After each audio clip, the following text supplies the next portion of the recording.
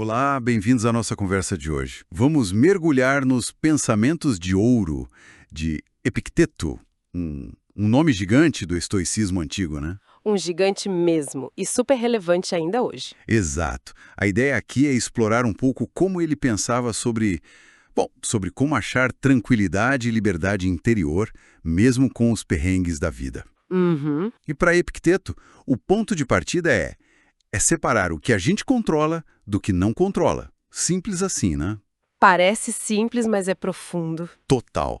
Nossos julgamentos, desejos, o que a gente evita, isso está na nossa mão. Agora, corpo, grana, fama, aí já escapa. Pois é. E essa ideia, nossa, como ela ecoa hoje em dia, né? O estoicismo e Epicteto, principalmente, eles dão pra gente umas ferramentas quase psicológicas, sabe? Pra construir resiliência. Ferramentas, boa palavra. Ficar tentando mudar o mundo o tempo todo. Até porque, né? Muitas vezes não dá. Mas sim ajustar a nossa lente, nossa reação ao que acontece. É um trabalho interno. Na mente. E um pilar disso é a aceitação, né? Aceitar o que a gente não pode mudar. Exatamente. Epicteto tem umas metáforas ótimas para isso. Eu gosto muito daquela da vida como um banquete, Ah, essa é clássica. que a gente deve aceitar o que está servido, pegar a nossa parte com educação, sem chilique, sem exigir o prato que não veio. Isso traz uma calma diante das coisas. Traz sim. E ele vai até além, né? Sugere algo que parece radical. Desejar que as coisas aconteçam exatamente como elas acontecem. Isso é forte. Por quê? Porque, para ele, existe uma razão maior por trás, uma ordem no universo. A tal da providência, ou natureza. Então, aceitar não é se largar, sabe? É se alinhar com a realidade de forma consciente. Entendi. Não é resignação passiva. De jeito nenhum. Lembra da história da lamparina dele que foi roubada? Aquilo é um exemplo perfeito disso. Ah, lembro. A reação dele é surpreendente, né? Em vez de ficar bravo pela perda, Virou o jogo. Ele pensa no preço da lamparina. O ladrão pagou caro. Perdeu a honestidade, a integridade. nossa, E Epiteto, o que ele comprou em troca? Ficou mais vigilante, praticou o desapego. O foco sai do objeto perdido e vai para o ganho interno e para o custo moral do outro. Fica claro o que vale mais para ele. a virtude interna acima de tudo. Sempre. Essa virada de chave parece ser o caminho para a liberdade que ele fala tanto. Se livrar daquela angústia de querer que o mundo caiba nos nossos desejos. Uhum. Mas aí, não tem um risco de, sei lá, a pessoa ficar passiva, aceitar tudo sem tentar mudar nada? É uma ótima pergunta. A liberdade que Epicteto fala é, antes de tudo, interna. Quando a gente larga as expectativas irreais sobre o que vem de fora, que todo mundo vai me tratar bem, que eu nunca vou adoecer, que meus planos vão dar sempre certo. Expectativas que só frustram, né? Exatamente. A gente se livra daquela montanha russa emocional.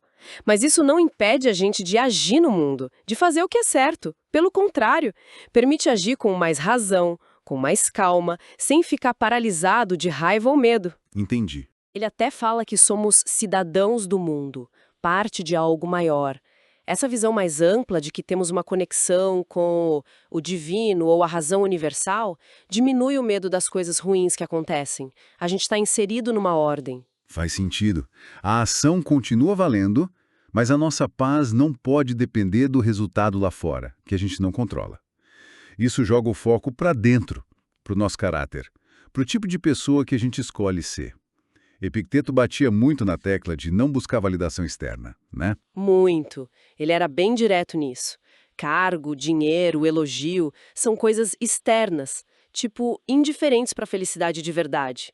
Essa tá na virtude. Uhum. Ele usa aquela imagem linda da púrpura na toga. Aquele fiozinho colorido que, mesmo pequeno, se destaca e embeleza tudo pela qualidade dele, não por ser igual ao resto. Que imagem boa. Ser essa púrpura. Exato. Cultivar a nossa excelência moral, usar bem a razão.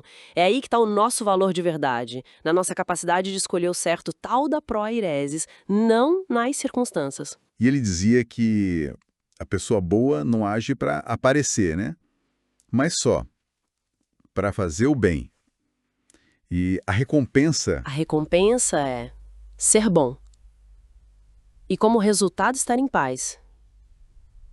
Feliz naquele sentido de eudaimonia, de florescimento mesmo.